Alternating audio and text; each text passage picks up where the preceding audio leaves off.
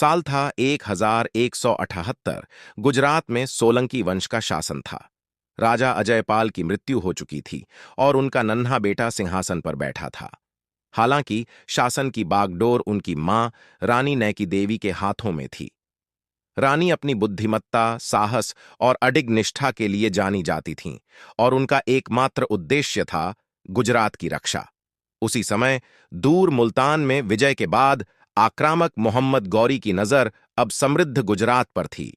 उसे विश्वास था कि एक रानी और एक बालक द्वारा शासित राज्य आसानी से उसके हाथों में आ जाएगा।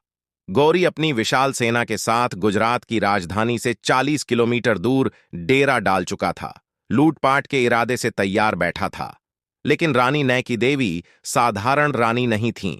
जैसे ही गौरी का संदेशवाहक उनके पास आया और बिना खून खराबे के राज्य का सारा धन सौंपने का संदेश दिया, रानी ने उसकी बातों को ध्यान से सुना। दिखावे में उन्होंने संदेशवाहक को वापस भेज दिया, यह कहते हुए कि उसकी शर्तें मान ली गई हैं। गौरी खुश हो गया, सोचने लगा कि गुजरात बिना किसी संघर्ष के उसके हाथ आ जाएगा। लेकिन जैसे ही वह अपने हाथियों और घोड़ों के साथ राजधानी की ओर बढ़ने लगा, आसमान में उड़ती धूल ने जल्द ही उसकी आशाओं को मिट्टी में मिला दिया।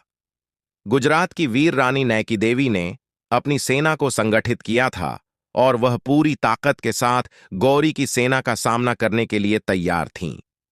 युद्ध के मैदान में रानी नैकी देवी ने तलवार उठाई और अपनी सेना के साथ दुश्मनों पर टूट पड़ी।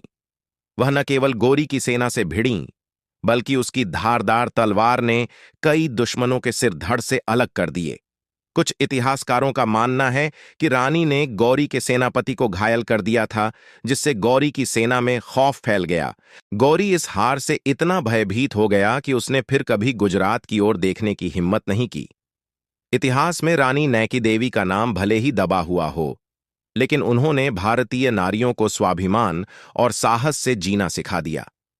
यह कहानी रानी नैकी देवी के साहस और वीरता का प्रतीक है, जिन्होंने मोहम्मद गौरी जैसे शक्तिशाली शासक को भी झुकने पर मजबूर कर दिया।